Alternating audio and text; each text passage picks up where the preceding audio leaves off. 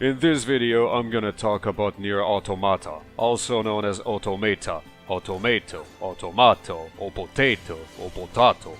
First of all, you need a controller to play this. You do not want a controller, you need a controller, full stop. You can play with the keyboard if you really want to, but you can also get yourself split in half by a horse stick if you really want to. Some things are better left undone. Next, you will need to install a mod because a few things do not work out of the box. It's a Japanese game and it has Japanese problems. Full screen mode puts you at a resolution that has no basis in reality, so you will need the FAR mod to get this fixed. If my early footage looks like a lot lizard's vagina at 5 AM, it is because I filmed it before installing the mod. Now you know. The game looks intimidating at first sight, considering you have a boss fight against a mining excavator 5 minutes into the prologue, but the prologue is just that, a forgiving introduction into the game so you can learn the controls. I kind of wish it would have been more obvious, but after swallowing more recovery items than a Skyrim character has cabbages in his inventory, I caught on to the idea. You move, you light attack, you heavy attack, you jump, you dash, you lock on, you make use of your pod's little pea shooter, and the list goes on for a few more pages of undocumented counters and combos. My PS3 controller has 10 buttons, a D-pad and 2 analog sticks, and I still feel like I need 11 fingers on each hand to play this game. Customizing the button assignments to your liking goes a long way.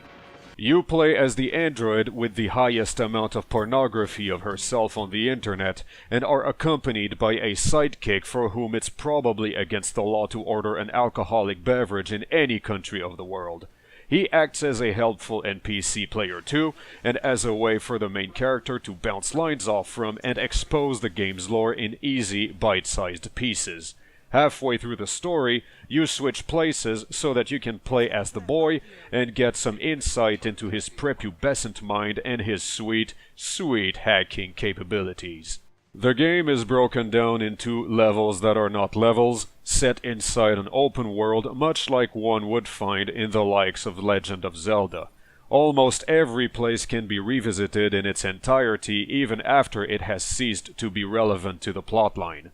You get treated to the usual brochette of environments, including but not limited to a forest, a desert, a factory, and the coast, all squeezed up against one another in a physically improbable way because video game. Each area is intricate enough to allow for good old RPG treasure hunting, and also small enough to allow quick travel from one to another. Combat is available by way of packs of enemies sprinkled here and there, most of which can be skipped unless the plotline demands otherwise. Most enemies respawn after a while, so there is always some poor bastard ripe for the killing somewhere. Which is a good thing because fighting is a great way to feel like an invincible superhero. Each impact of the sword makes a satisfying noise that makes you feel like every fight is made up of several car accidents happening in succession. The great majority of your fighting will be on foot with your trusty arsenal of comically oversized katanas, but there are also a few segments that play as a full-fledged shoot-'em-up game. And not a cheap one either.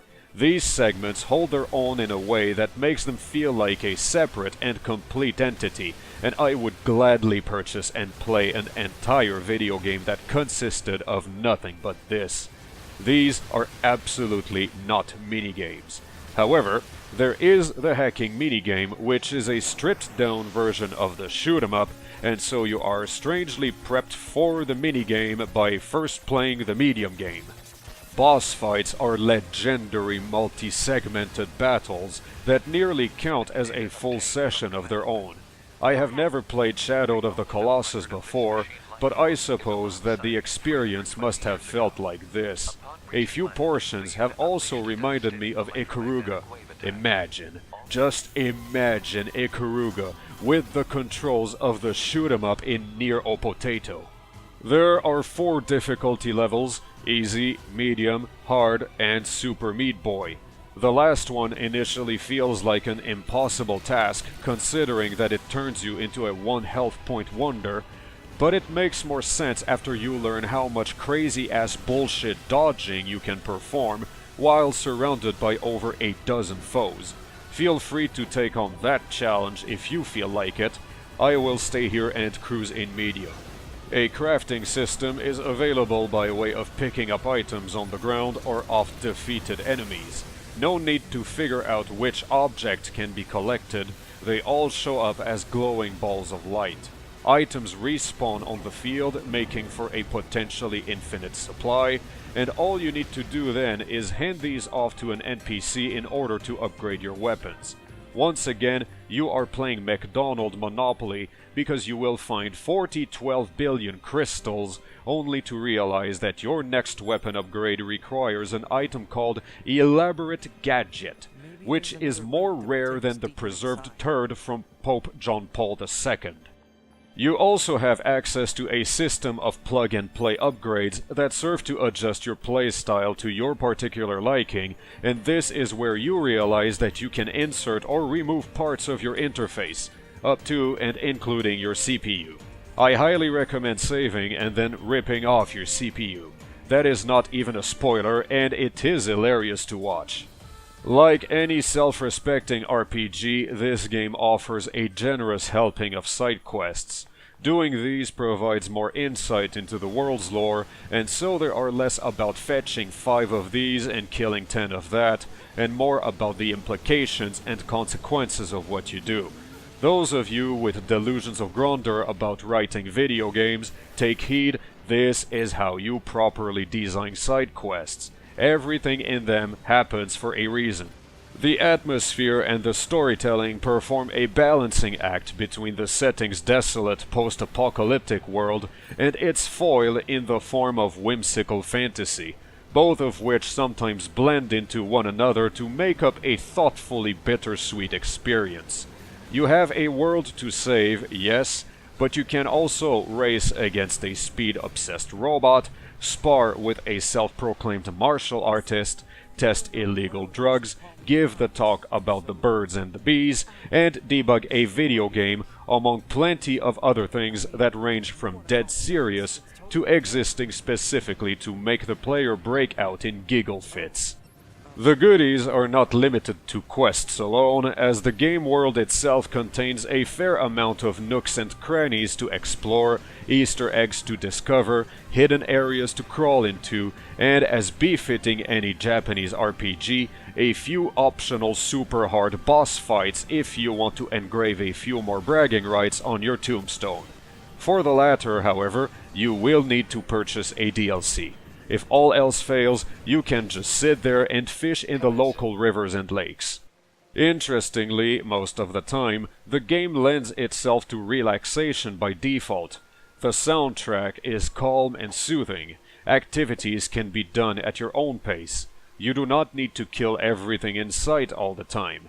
In fact, I spent surprisingly long moments catching fish.